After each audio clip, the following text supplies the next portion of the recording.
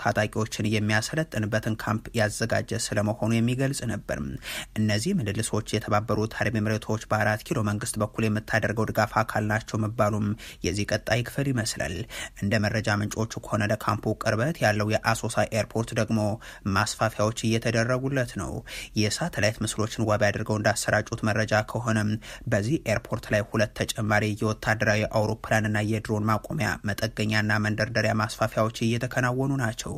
ተጨማሪ የመሬት ስራዎችም እየተሰሩ ስለመሆኑ አሳውቋል። ይህም የብልጽግናው መንግስት ለሀገር ውስጥ የእርስ በርስ ጦርነት ፕሮጀክቶቹ ከማዋሉ ባሻገር የተባበሩት አረብ ኤሚሬቶች ለጀነራል ሐምዳን ዳጋሎ ሐሚቲ ኃይል ድጋፍ ለማድረግ ምቹ ሁኔታን ለመፍጠር በማለም ነው የሚለው ግምት ቀዳሚውን ስፍራ የያዘ ነው። የሱዳን ጦር በቅርቡ በኢትዮጵያ ድንበር በኩል እየተደረጉ ያሉትን እነዚህን እንቅስቃሴዎችን ተከትሎ ጦርነቱን ወደዚህ አካባቢ እንዲሳብ እየተደረገ ነው ሲል አስጠንቅቆ ነበር። የተባበሩት መንግስታት የጸጥታው ምክር ቤትም ትናንት የሱዳኑ ጦርነት ወደ ኢትዮጵያ ሊስፋፋ የሚችል ስለመሆኑ ማሳሰቢያ ቀርቦለት እንደነበር የሚዘነጋ አይሆንም። በአሰብ ላይ አዲስ ስምምነት መፈረሙ ተዘገበም። ይህ ስምምነት ተደርሷል የተባለው ደግሞ በኢሳያስ አፈወርቂና አብዱል ፈታህ አልሲሲ መካከል ነው። የካይሮ መንግስት ኢትዮጵያን በጎረቤቶቿ የመክበብ እንቅስቃሴውን አጠናክሮ የቀጠለ ሲሆን አስመራ ላይ የጸረ ኢትዮጵያ ጥምረት ፈጥሮ እንደነበርም የሚታወስ ይሆናል። በሶማሊያ ሰራዊቱን ያስገባ ዘንድ የኢትዮጵያ ስትራቴጂክ ወዳጅ የነበሩ ጎረቤት ሀገራትም ወደ ካይሮ ያማትሩ ዘንድ ያስገደደው የብልጽግናው የዲፕሎማሲ ውድቀትም ለዚህ ምቹ ሁኔታን ፈጥሮለታል። አሁን በመካከለኛው ምስራቅ ጉዳዮች ላይ መረጃዎችን በማሰራጨት የሚታወቀው ዘናሽናል ጋዜጣ ደግሞ ከቅርብ ጊዜ ወዲህ ከብልጽግና ሰዎች አንደበት ላይ የማትጠፋው አሰብ ላይ የኢሳያስና አልሲሲ መንግስታት ወደብ ለመገንባት ስምምነት ፈጽመዋል ሲል ዘግቧል። ዘናሽናል በዚህ ዘገባው ግብጽ አሰብ ላይ ብቻ ሳይሆን ጅቡቲ ላይም ወደብ ለመገንባት ከስምምነት ስለመድረሱ አክሏል። እንደ ዘገባው ይህ ስምምነት ግብጽ በአባይ ወንዝ ጉዳይ በገባችበት ውዝግብ በኢትዮጵያ ላይ እያካሄደች ያለው ጫና እንዳካል ነው። ምንጮቹን ዋቢ አድርጎ ዘገባውን ያሰራጨው ዘናሽናል ግብጽ ብዙ እንዳይነገርለትና በመገናኛ ብዙሃን ሽፋን እንዳይሰጠው በተደረገውና ምናልባት ሚስጥራዊ በሚመስል መንገድ ከኤርትራ መንግስት ጋር በአሰብ ላይ ስምምነትን ፈጽማለች ብሏል። ከጅቡቲም ይሁን ከኤርትራ ጋር ካይሮ የፈጸመችው የስምምነት ፊርማ የኤርትራውን አሰብ ወደብንና የጅቡቲውን ዶራሄሌ ወደብን አቅም ለማሳደግ የሚል ስለመሆኑም አብራርቷል። ሁለቱም ወደቦች በቀይ ባህር ደቡባዊ ክፍል ባብል ኤል መንደብ ሰርጥ አቅራቢያ የሚገኙ መሆናቸውን የጠቀሰው ዘናሽናል ጅቡቲና ኤርትራ የኢትዮጵያ ጎረቤቶች ከመሆናቸው በላይ ኢትዮጵያ ሸቀጦቿን የምታስገባው በተለይም በጅቡቲ ወደቡ ላይ ስለመሆኑም አስታውሷል። ዘናሽናል አክሎም ግብጽ በቀይ ባህር ላይ ከ2000 ኪሎ ሜትር በላይ ጠረፍ ያላትና ቀይ ባህርና ሜዲትራኒያንን የሚያገናኘው ስዊዝ ካናልን የተቆጣጠረች ሀገር ስለመሆኗ ይጠቅስና በተደጋጋሚ እንደ ኢትዮጵያ ያሉ ሀገራት ወደ ቀይ ባህር ለመድረስ የሚያደርጉትን ጥረት ስትቃወም ስለመቆየቷም ያብራራል።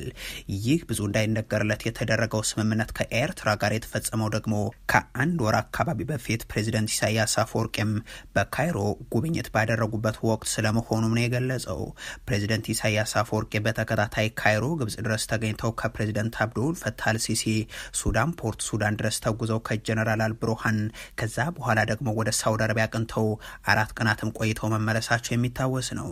ዘናሽናል ግብጽና ጅቡቲ መካከል የተደረገው ስምምነት ግን ልክ እንዳሰቡ ስምምነት ሚስጥራዊ እንዳልሆነ ጠቅሶ በከፍተኛ ባለስልጣናት መካከል መፈራረማቸውን አስረድቷል። እነዚህ ስምምነቶች ከሁለቱም ሀገራት ጋር ጠንካራ ወታደራዊና ፖለቲካዊ ግንኙነት የመሰረተችው ግብጽ በወደቦቹ ወታደራዊ እንቅስቃሴ እንድታደርግ የሚያስችላት እንደሆነም ተመላክቷል። ይህ የግብጽ እንቅስቃሴ በህዳሴው ግድብ ላይ የነበራት ተቃውሞ ቀጣይ ክፍል ስለመሆኑም ያትታል።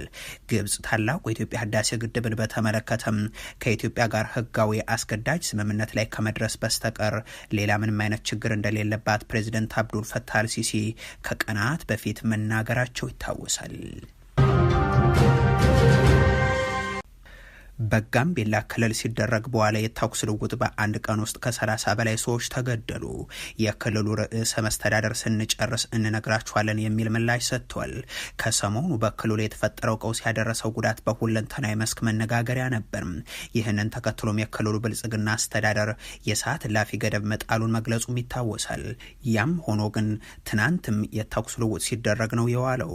በዚህም በአንድ ቀን ውስጥ ቢያንስ 30 ሰዎች መገደላቸው ተሰምቷል። በጋምቤላ ክልል ኢታንግ ልዩ ወረዳ ተርፋም ቀበሌም ከንጋቱ 11 ሰዓት ጀምሮ በተከፈተ ተኩስ ከ30 በላይ ሰዎች መገደላቸውን ነዋሪዎች ይናገራሉ። በክልሉ የተለያዩ ወረዳዎች ባለፉት ሳምንታት በጸጥታ ችግር የንጹሐን ህይወት መቀጠፉም ተጎጂዎች የህክምና አገልግሎት እንዳላገኙ ነዋሪዎቹ፣ የተጎጂ ቤተሰቦች የኢትዮጵያ ሰብአዊ መብቶች ኮሚሽን መግለጻቸው የሚታወስ ሲሆን ይህ ቀጥሎ በኢታንግ ልዩ ወረዳ በርካቶች የተገደሉበት ጥቃት ተፈጽሟል። በወረዳው ተርፋም ቀበሌ የተኩስ ልውውጥ ሲደረግ መዋሉን በመግለጽ ሁኔታው ከበድ እያለብን ነው የሚሉት ነዋሪዎቹ በርካታ ሰዎች በጥይት ተመተው እንደቆሰሉ፣ ንጋት ላይ ሰዎች በተኙበት ቤት የማቃጠል ድርጊት እንደተፈጸመ አስረድተዋል። ከቦታው ሆነው የተኩሱን ሁኔታ በቅርብ ርቀት ሲከታተሉ የነበሩ አንድ የዓይን እማኝ የክልሉ ነዋሪ የ1 እና የ2 ዓመት ህጻናት ጭምር ናቸው ህይወታቸው ያለፉት ብለዋል። የኔ የሚያጎቴ ልጆች የት እንዳሉ አይታወቅም፣ ቤታቸው ተቃጥሏል፣ ልጆች፣ አረጋውያን፣ ወጣቶችም ተገድለዋል ሲሉ ገልጸው መንግስት ለጉዳዩ በቂ ትኩረት እንዳልሰጠም ተናግሯል። ቤቶች ተቃጥሏል። በቃጠሎና በጥይት ህይወታቸው ያረፉት በርካታ ናቸው።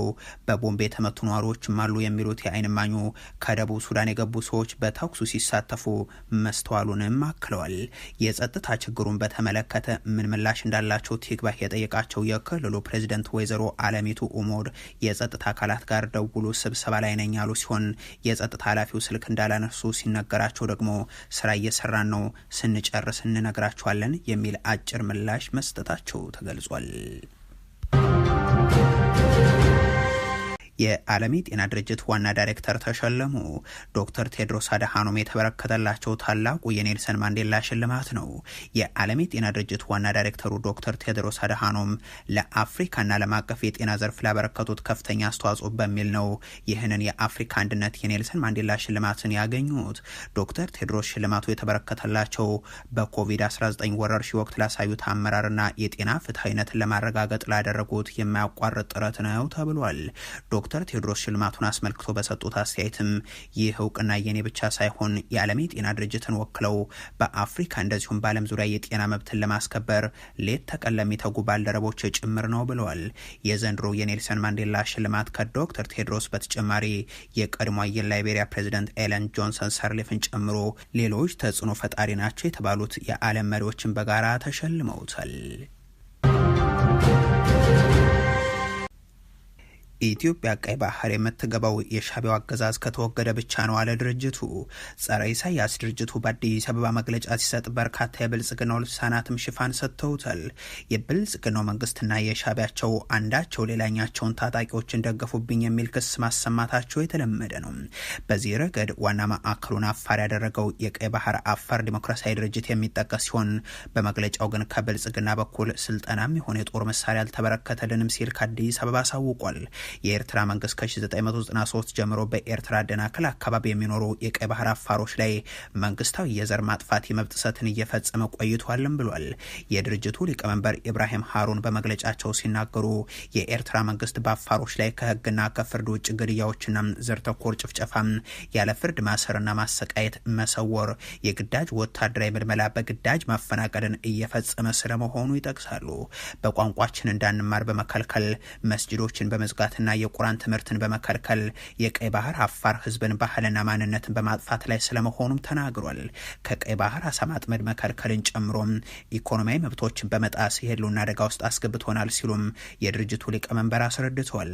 የኢትዮጵያ የባህር በር ጥያቄ የሚፈታው የኤርትራው መንግስት ሲወገድ ብቻ ነው ሲልም ነው የቀይ ባህር አፋር ዲሞክራሲያዊ ፓርቲ የሚገልጸው። የፓርቲው ሊቀመንበር ኢትዮጵያ የአሰብ ወደብ ታሪካዊ ባለቤት የመሆኗን ጉዳይ ፓርቲያቸው ይቀበለው እንደሆነ ተጠይቀው ነው ይህንን ያሉት። የፓርቲው ዋነኛ ዓላማ የአፋር ህዝብ መብቶችን ማስከበርና የኤርትራ መንግስትን ማስወገድ እንጂ የአፋርን ህዝብ ከኤርትራ መገንጠልም ሆነም ከኢትዮጵያ ጋር ማቀላቀል እንዳልሆነ ግን ኢብራሂም ገልጿል። የዶናልድ ትራምፕ አስተዳደር አሜሪካን በፈቃዱ ለቆ ለሚወጣ ስደተኛ $3000 እሰጣለሁ አለ። ነጻ በረራን ማዘጋጅቻለሁ ሲልም ገልጿል። የዶናልድ ትራምፕ አስተዳደር በስደተኞች ላይ የሚወስደውን እርምጃ እንደቀጠለም ይገኛል። ከወደ አሜሪካ አሁን የወጣው መረጃ እንደሚያመላክተው ከሆነም ሀገሪቱ ሰነድ አልባ የሆኑ ስደተኞች በራሳቸው ፈቃድ ለቀው የሚወጡ ከሆነ የሚሰጣቸው ገንዘብ በ3 እጥፍ አድጓል። ከዚህ በፊት ሀገሪቱን ለቀው ለሚወጡ ስደተኞች $1000 እሰጣለሁ በሚል የአሜሪካ መንግስት ቃል ገብቶ ነበር። በአመቱ መጨረሻ ላይ ከአሜሪካ በገዛ ፍቃዳቸው ለመውጣት የሚፈልጉና በፈረንጆቹ እስከ ታህሳስ 21 ለሚመዘገቡ ስደተኞች ሀገሪቱ ነጻ በረራ እንደዚሁም $3000 ክፍያም እሰጣቸዋለሁ ስለማለቷ ተዘግቧል። በገዛ ፍቃዱ አልወጣም ያለ ስደተኛ ግን እስራት፣ በግዳጅ መባረር፣ ዳግሞ ወደ አሜሪካ ምድር መግባት እንዳይችል እገዳ እንደሚጣልበትም ነው ሀገሪቱ የገለጸችው። በአሜሪካ ለመቆየት ህጋዊ መሰረት ካላቸው ኢትዮጵያውያን ውጪ የኢትዮጵያ ዜጎች በ60 ቀናት ውስጥ ከሀገሯ እንዲወጡ አሜሪካ ከዚህ በፊት በዶናልድ ትራምፕ አስተዳደር በኩል ማሳወቋም ይታወሳል። ትራምፕ በቅርቡ አሜሪካ ሙሉ በሙሉ እንድታገግም ከሁሉም የሶስተኛው ዓለም ሀገራት የሚመጡ ስደተኞች ላይ ቋሚ እገዳ እጥላለሁ፣ እንደዚሁም በባይደን ዘመን ወደ ሀገሪቱ እንዲገቡ የተደረጉ ሚሊዮኖችን ፍቃድ እሰርዛለሁ ሲሉ መግለጻቸውም የሚታወስ ነው። አብዛኞቹ በአሜሪካ የሚኖሩ የውጭ ዜጎች በቀውስ ውስጥ ካሉ ሀገራት፣ ከእስር ቤት፣ ከአእምሮ ህሙማን ተቋማት የወጡ እንደዚሁም ወሮበሎች ወይም ደግሞ እጽ አዘዋዋሪዎች ናቸው በማለት ለሀገሪቱ ለሚከሰቱ የወንጀል ድርጊቶችም ተጠያቂ አድርገዋቸዋል። ባለፈው ጥቅምት ወር የአሜሪካ መንግስት እንዳሳወቀው ከሆነ በመጪው የአውሮፓውያን ዓመት 7500 ብቻ ስደተኞችን እንደሚቀበል አሳውቋል። ይህም አሃዝ ከ1980 ወዲህ በጣም ዝቅተኛው ነው። የተወደዳችሁ የኢትዮ ፎረም ቤተሰቦች ለአሁን ያሰባሰብናቸው መረጃዎች ይህንን ይመስሉ ነበር። አበቃን። ቸር ያሰማን።